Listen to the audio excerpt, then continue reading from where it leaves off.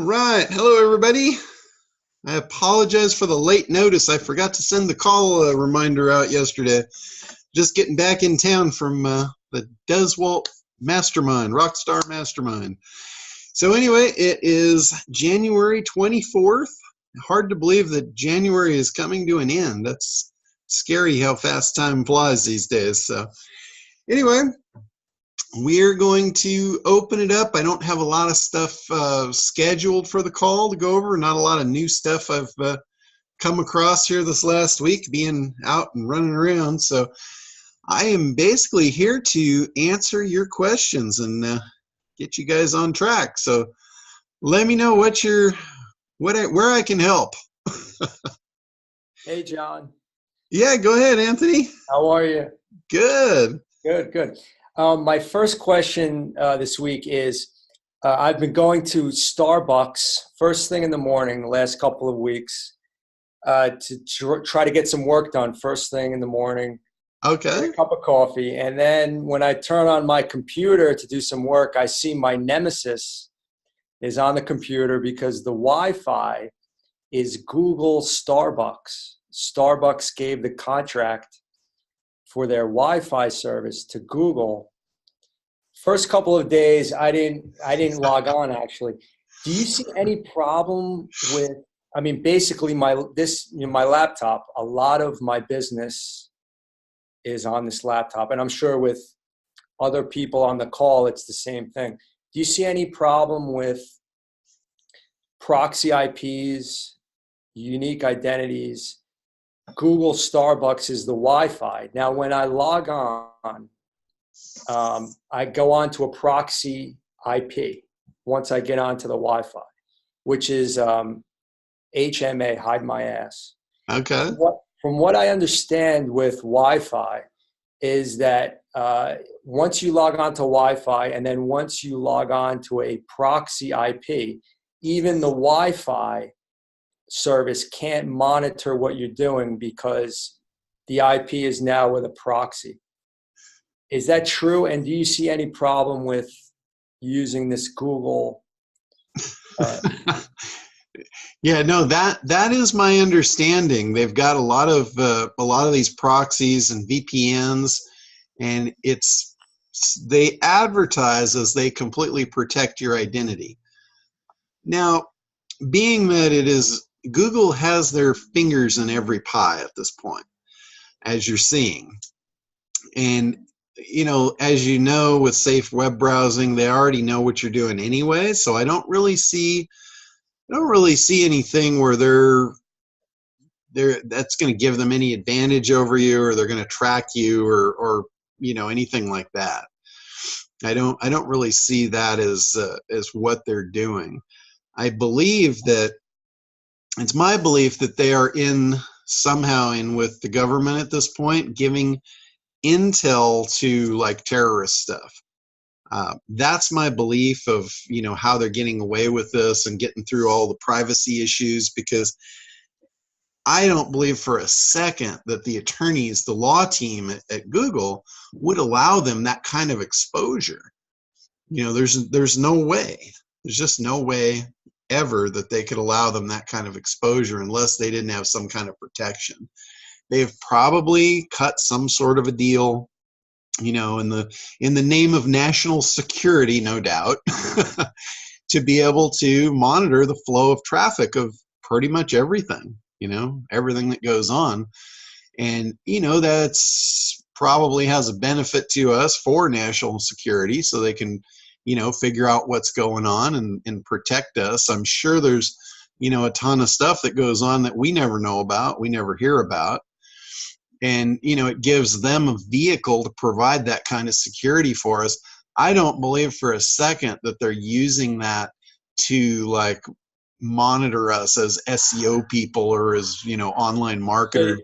So you don't?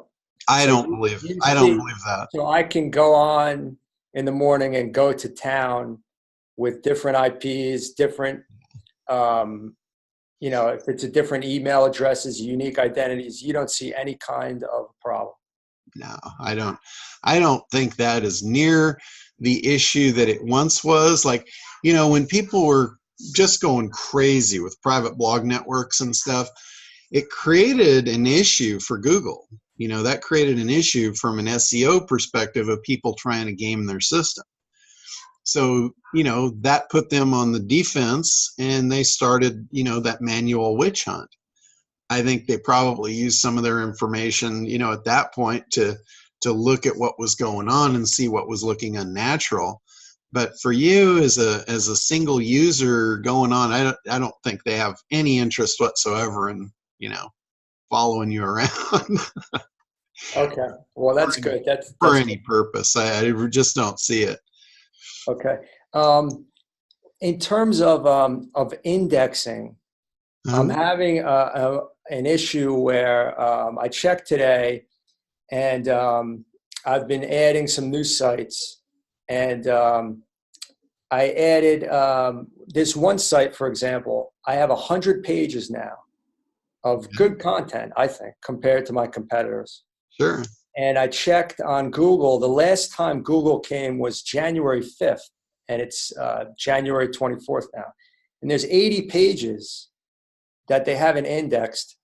What I've been doing in the past is using an indexing service. Okay. Speedlinks.com.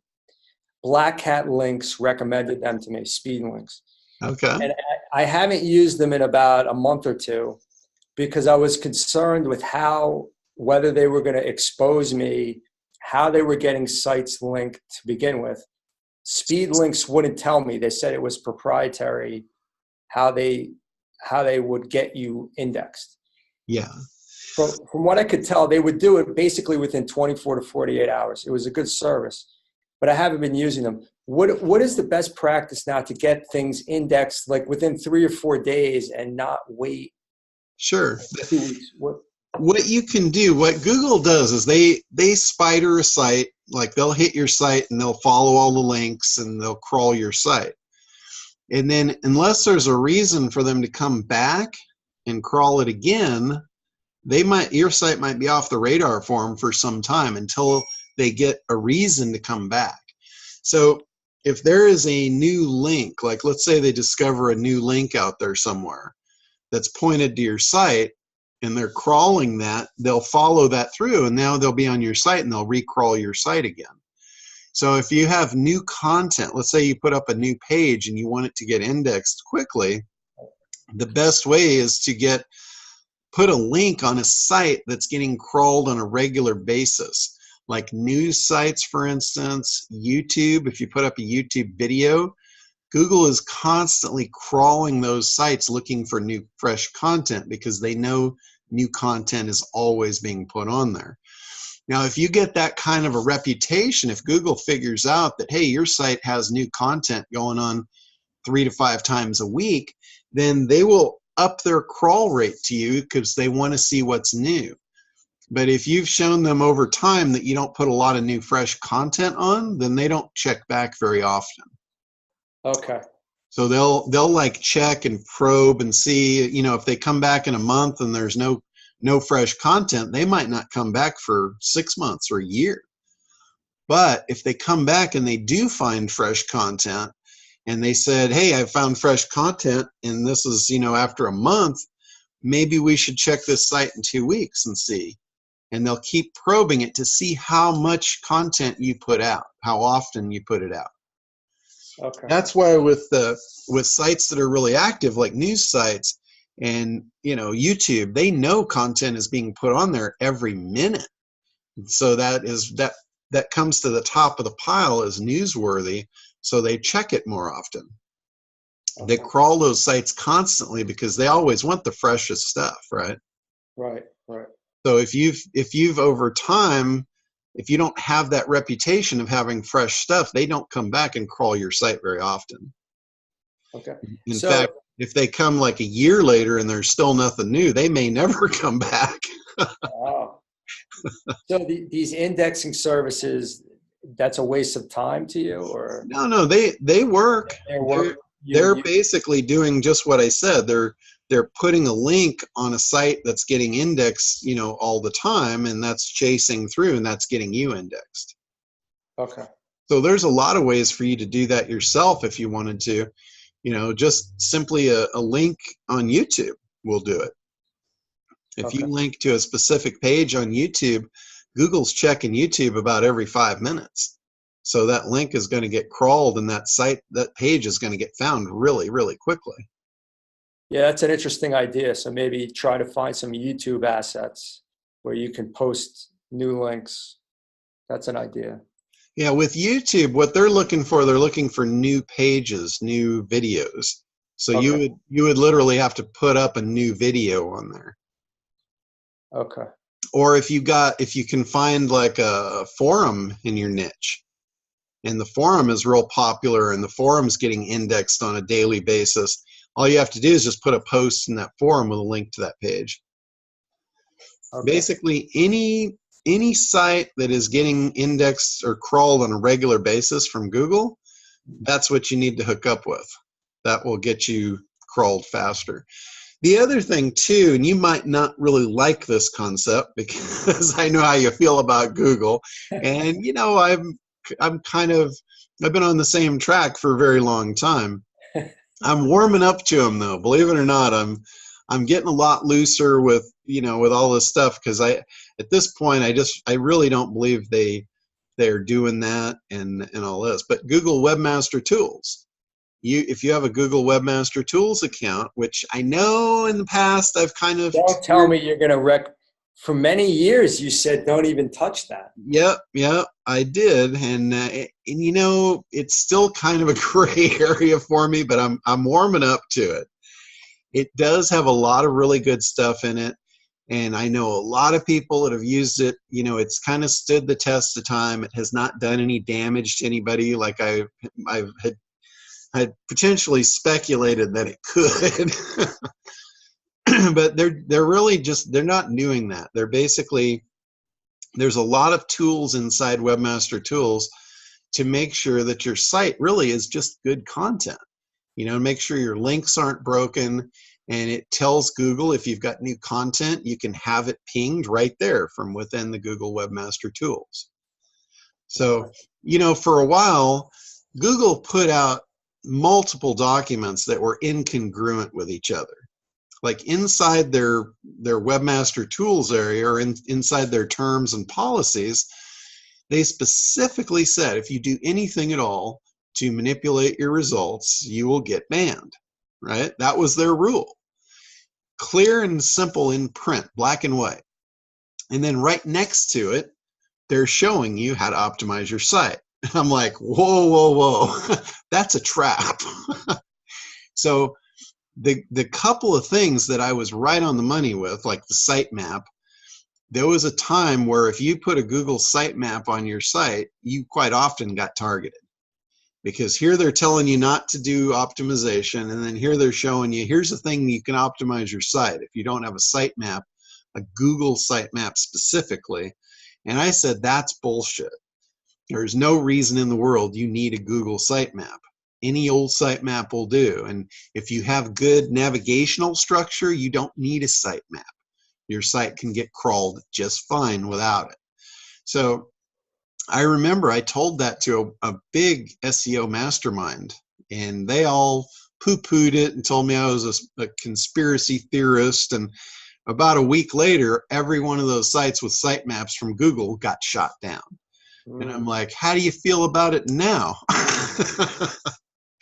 So you're right. I was very anti using Google anything, for optimizing your site. But at this point, from what I've seen, it's been a long enough track record that I'm reassessing my position, specifically on the Google Webmaster Tools. I still don't believe you need a Google sitemap.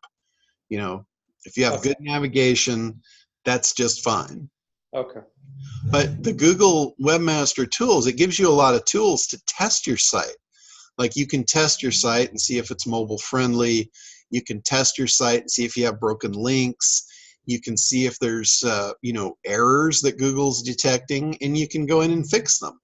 And that's really not like you're not doing that to try and manipulate their search results. You're trying to do that to give your users a good experience. And that ultimately, in the underlying tone of things, that is SEO today.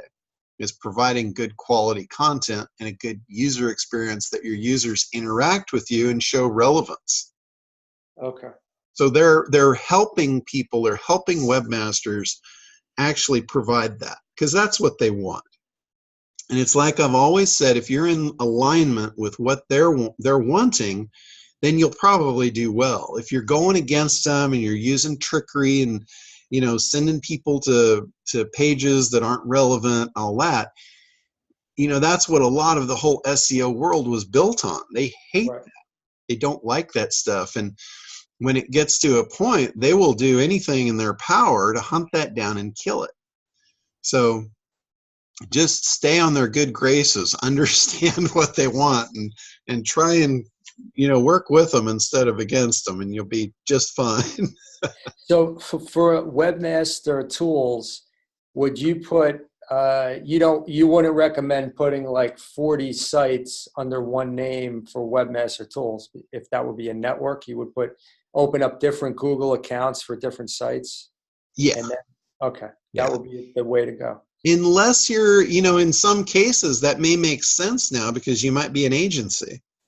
You know, you might be an agency and you might have 100 clients. So I don't think they're even going to look at that as, you know, as fishy, unless all those sites are like doing interlinking and, you know, you're clearly doing stuff you shouldn't be doing. Okay. But if, you know, if you're doing stuff that you know, think you might want to hide, then yeah, put them under different accounts. But just the fact that you might have 50, you know, accounts under one Webmaster account, I don't see that as being an issue. And you can interlink. You said interlinking is now fine. Mm-hmm. You're talking about cloaking? I mean, what do you mean when you say things you shouldn't be doing? Are you talking about cloaking? Well, if you're, like, let's say you're creating a private blog network solely for the idea of sending link building, but those sites aren't really doing anything. They're not real sites. They're just put up as shells just for the link itself. Okay. Google's going to know that because it's not passing any traffic. You know, if they see 50,000 links pointed to your site and no traffic coming through, they're going to see that as a little fishy. Right. You know, it's just like my whole concept of, if you're doing stuff that is right to a business owner, if it makes sense for a business owner to do it, it's going to make sense for Google for you to be doing it. Because that doesn't make any sense at all for a business owner to go out and be trying to play a link building contest if it's not bringing them any dollars. Right. If it's not bringing them their right customers, it just doesn't make sense to Google for that. Okay. So just keep that in mind. You know, that's my whole, you know, a couple of my base concepts for SEO right from the beginning has always been, do what a business owner would do and you'll be just fine. And also, if you're going to do stuff outside of that, make sure you do it in cloud cover so it's very well hidden. Those two, if you stick with those two, you'll be really good. Sounds good. Thanks. All right. I see, Joe, you got your hand up. You want to? Oh, there you go. You're unmuted now. Okay. Long time no say. Okay. So my question is about blogging. Okay. Is there a routine I can incorporate? Like, when should I blog? How often? I know yesterday you talked about how long the blog should be, so I don't care about words and stuff. You know, do I do it every Monday at 10, every Wednesday at 2? Sure.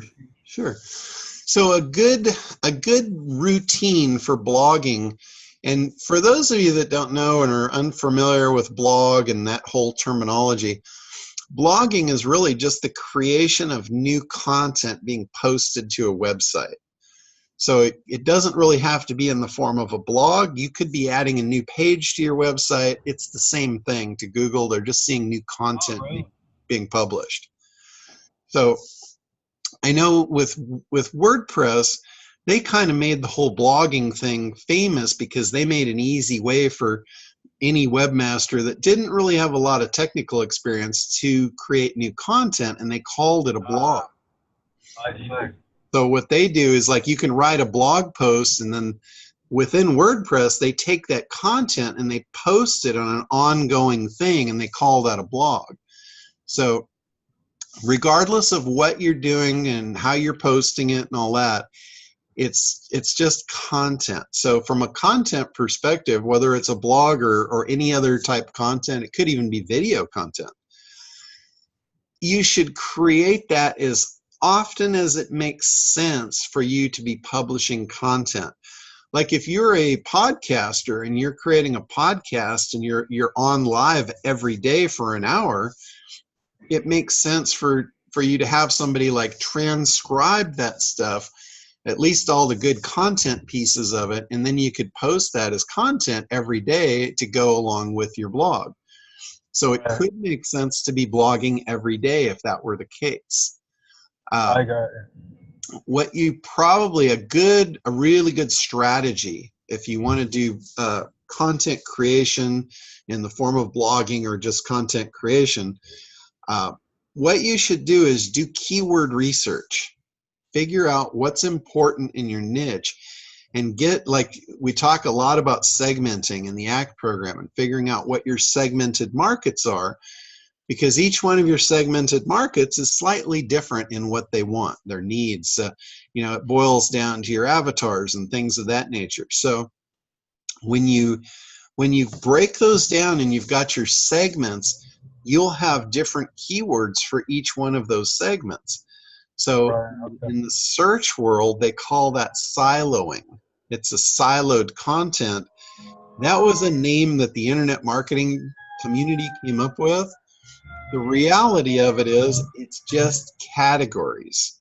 You're categorizing your content, which is a really good idea. So I would encourage you to categorize your content regardless of what you call it. And then under each category, assume that a category is like a segment. This is a segment of your market that represents an avatar. And you're coming up with a list of anywhere from 10 to 100 and on up from there of different keywords that become your topics that are important to that avatar. And then you create content based on that and you put it under that section. So if you have a blog in WordPress, you can create these different categories for your blog. So when you blog, you tell it which one it belongs to, and then post that content under that category. I got it. What about getting comments on the blogs? Because I heard that was important. Comments, the reason comments are important is a couple of reasons. If you want to show social proof, like if you want to prove that, hey, what I'm saying is true because all my followers are backing me up on this, then it's a good idea. Now, if you don't have a lot of followers and you don't have a lot of interaction, it's a bad idea, because if you've got comments on everything and nobody's commenting, that doesn't do much for your credibility. The other thing is when you open comments up on a website, it encourages spammers to spam your comment box. Okay. So are you telling me I should turn off the comments thing on my blog? Unless you've got a large audience and they're active. Okay. I wouldn't mess with it unless you've got a large audience or you've got an audience that's very active and everyone's going to comment on stuff. Right. Okay, that helps a lot, John. Thank you. It's just like in Facebook, when you have a Facebook post and there's 100 people have commented on it, a lot of times it will encourage other people to comment on it, and it will also encourage them to read the comments. So it like exudes interactivity. But if you've got no comments, then that can repel people. That can repel engagement. Right. Okay, I got you. I just arrived at the hotel. So. Oh, you made it, geez, in like a half hour. Yeah. I told you that was not a 2-hour drive. Nope. All right, thank you. Yeah, absolutely. All right, thanks a lot, John.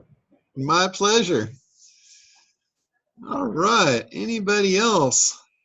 Oh, we got somebody on the call here that's in deep, deep trouble, or Mr. McLean. He left his badge on the counter at the Doeswalt event. He was exposed.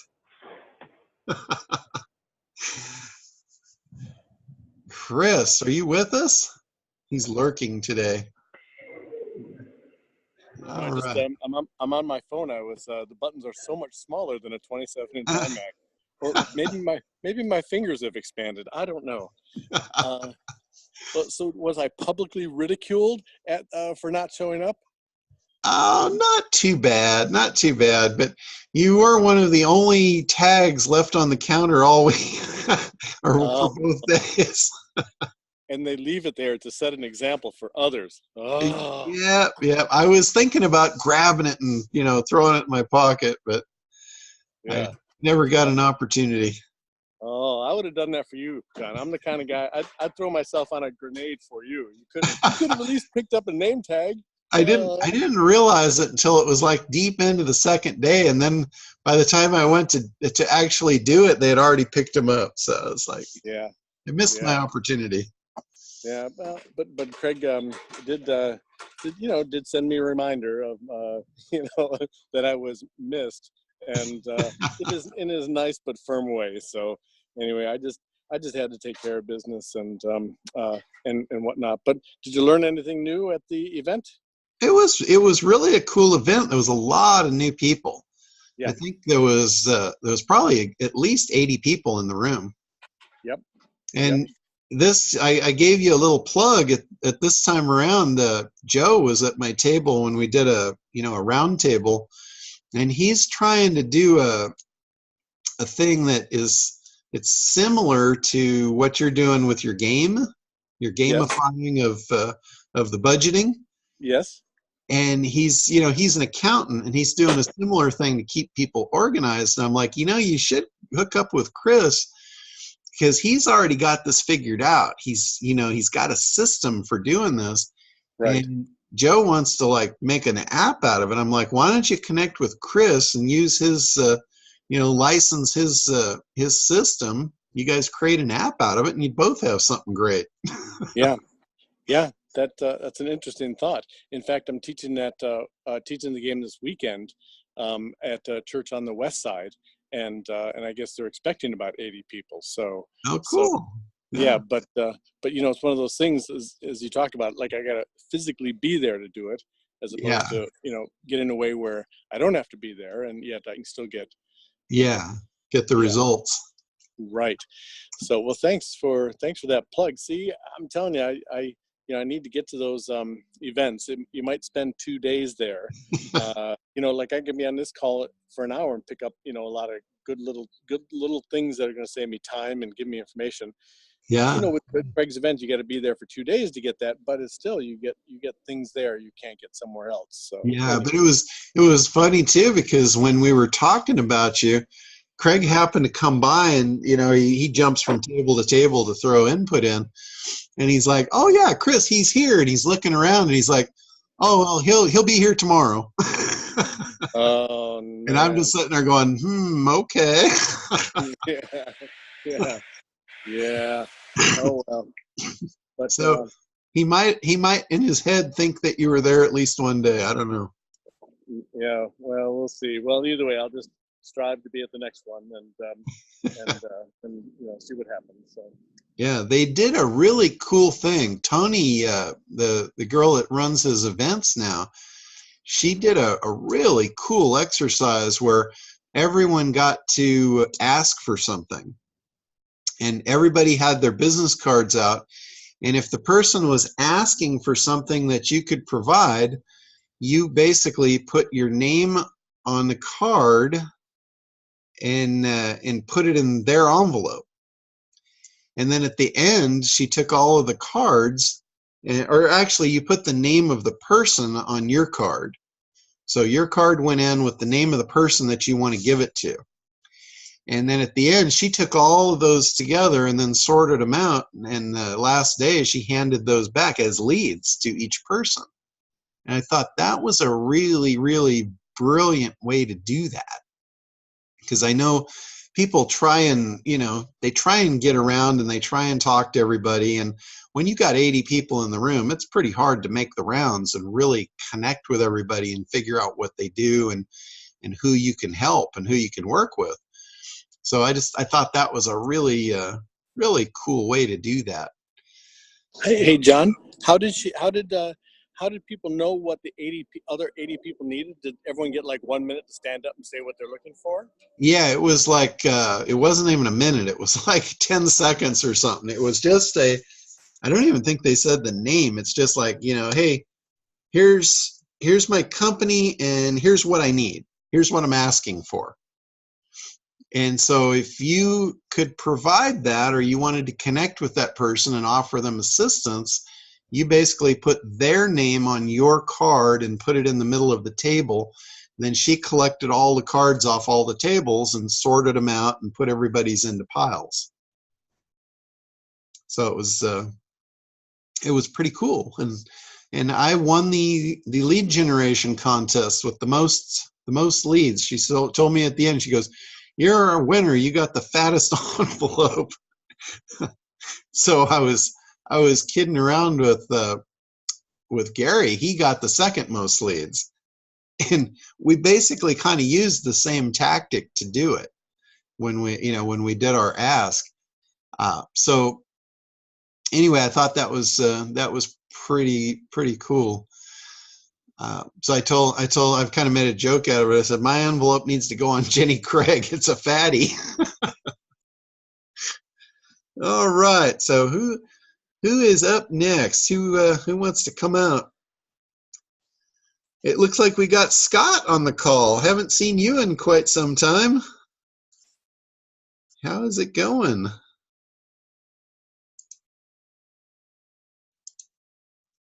I guess he doesn't. Scott might not have sound there.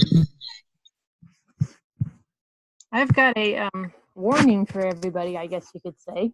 Okay, let's have it. I don't know if you got an email the other day or not, but just a warning when you're working with subcontractors. Yep. Making sure you have a no-compete agreement if they are talking directly to your client, or you keep them an arm's length from your client. So it was a frustrating learning experience, but they ended up not going. The client wasn't going with them anyways, but it was just a what do you want to call it? A kind of a huge sabotage. Yeah, it was a sabotage. Yes, I think that is like probably some of the most sound advice that you guys could get, and thank you for bringing that up. I know it's kind of hard to do. I mean, I'm a very trusting person. I take people at face value, and if they say they're going to do something, then I typically trust that. And I've been burned many times along the way as well. So I think non-compete clauses, in a contract with a non-compete is a really, really good idea. And I'm going to be in the boat where, do what I say, not what I do. Because I thought I had one, but I went back looking, and apparently I did not. We had a suggestion and just put him right to work, and it's like, oh, next time I know. Yeah. I can think of several that I should have had that with, like a couple of them, that Mm-hmm. infiltrated my world and tried to take it apart.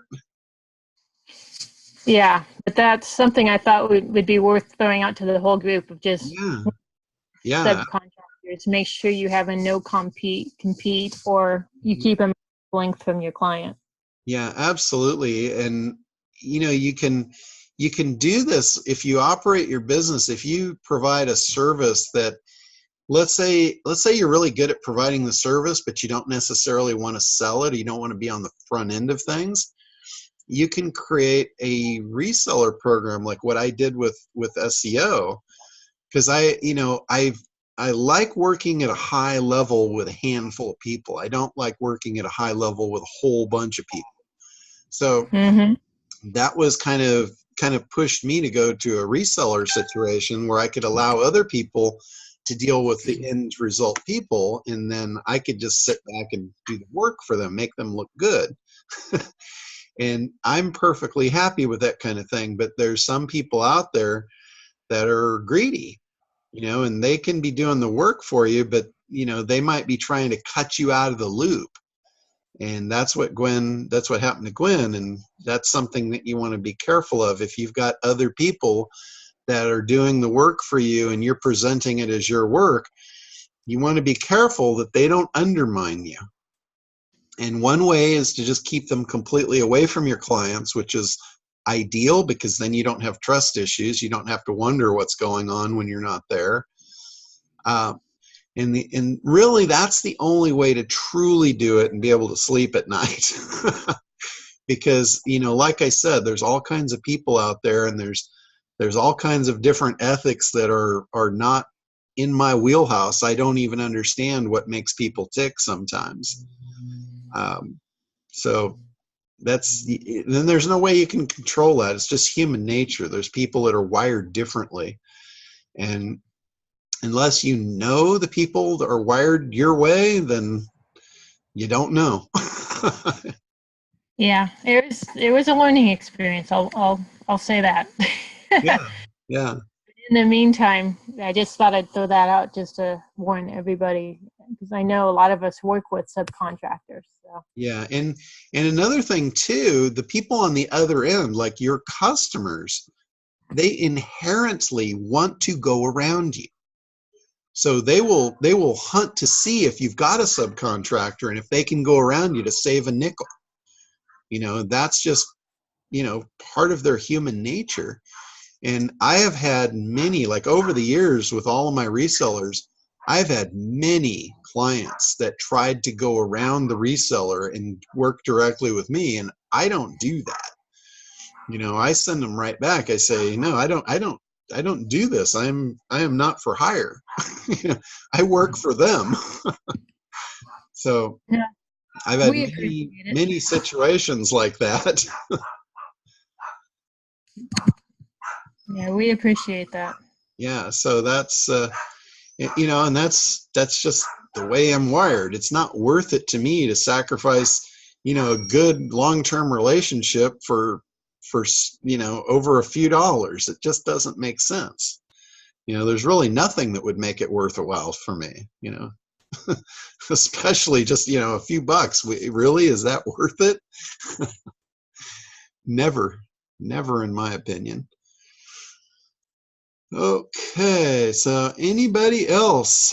In fact, speaking of resellers, if there are any of you that are trying to get work as web developers or SEO, there's a really, really cool tool that came out.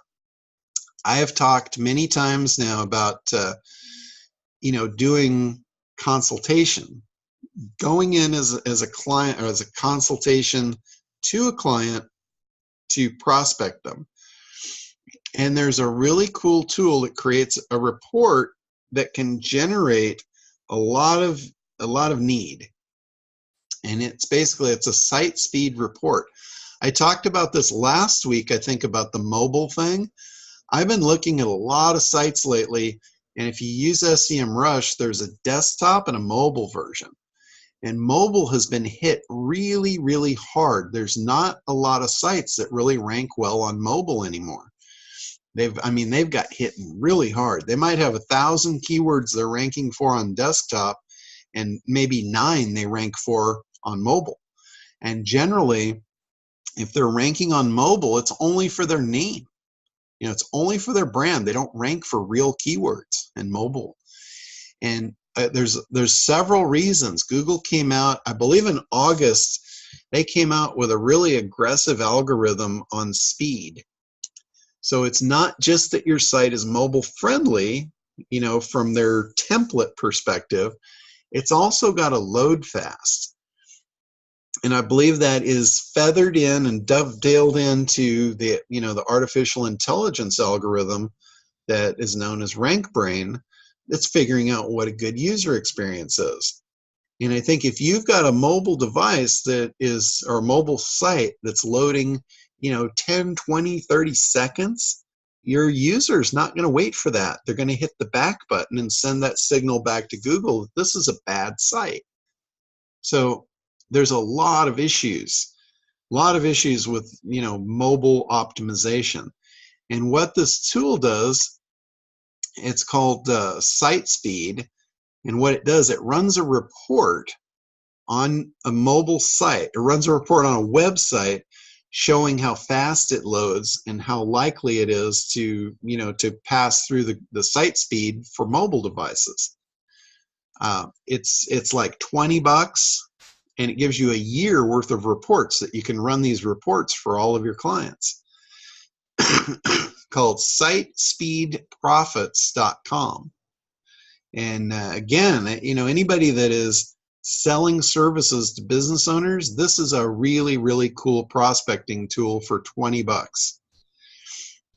The other thing about it that makes it really powerful is if you truly want to prospect, what you can do is you can put in a local area, like you can put in a city, and then you can put in a keyword, and it will use Google. It will go out and it will run a search for all the websites that come up, and it will automatically run site speed tests on all of them.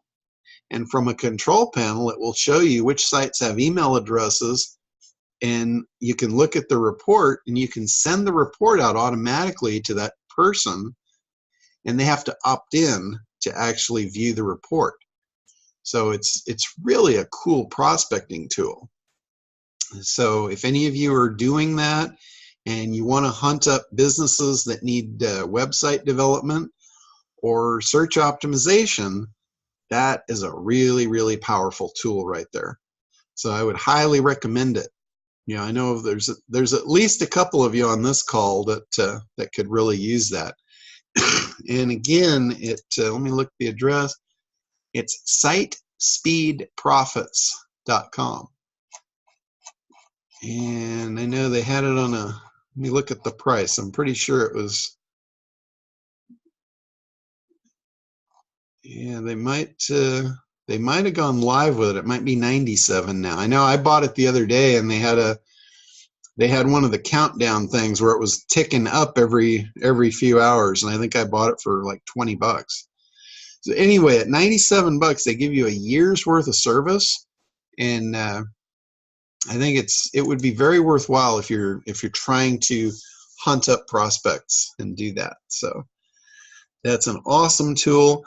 Between the report that generates and the report that you could generate out of SEMrush, you got two really powerful tools to go in and show them where the problems lie in their business. Like if you showed them an SEMrush report that showed they ranked for, let's say, 100 keywords on their desktop, and they ranked for only 2 on mobile, you could show them, hey, you've got some serious mobile issues here. Would you like me to fix that for you? One is going to be the site speed. Here's the report showing the poor site speed. And you can say, the first thing is let's optimize your site speed. The second thing is let's optimize your site for an actual user experience that converts. So if you're doing website development, again, it's a great prospecting tool. If you want to open the door to SEO projects, again, it's a great thing, because you could say, hey, for a couple $100, we can fix your site speed issues. And then, we'll take all the red out of this report, turn it green, and, for X amount of dollars. There's a lot of guys on Fiverr that will do that work. There's a certain protocol to speed up a site. And most sites, like WordPress sites, are not optimized for speed.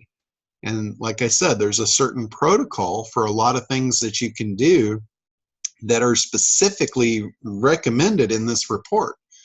Like it'll show you all the issues. It'll show you, if your images are not optimized, if you're not using browser caching, it lists everything, everything that affects that speed, and it shows you red or green, pass or fail, if you've got it or you don't.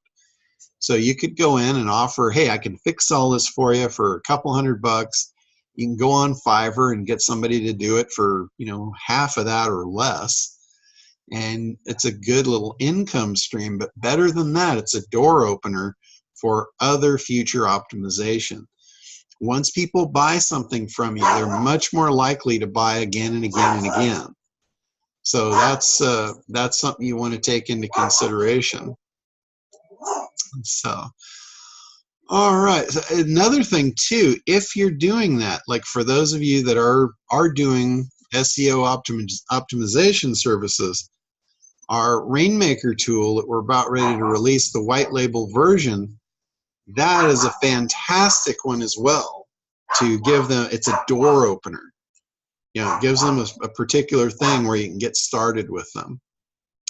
So, all right. Anybody else that brought up any other questions for anybody? Or I apologize, I did not have more content, you know, set out for the call, but like I said, I've been out at the Craig Deswalt Rockstar Mastermind group the last couple of days, so I'm just getting back in the office here. All right, guys. Well, if that's it, we will go ahead and wrap up. And thank you guys for showing up, coming onto the call, and sharing, and all of that. We appreciate it. All right, we'll see you next week, and have a great week. If anything comes up, let me know, and we'll get to it and handle it for you. Thanks a lot, guys. Bye-bye.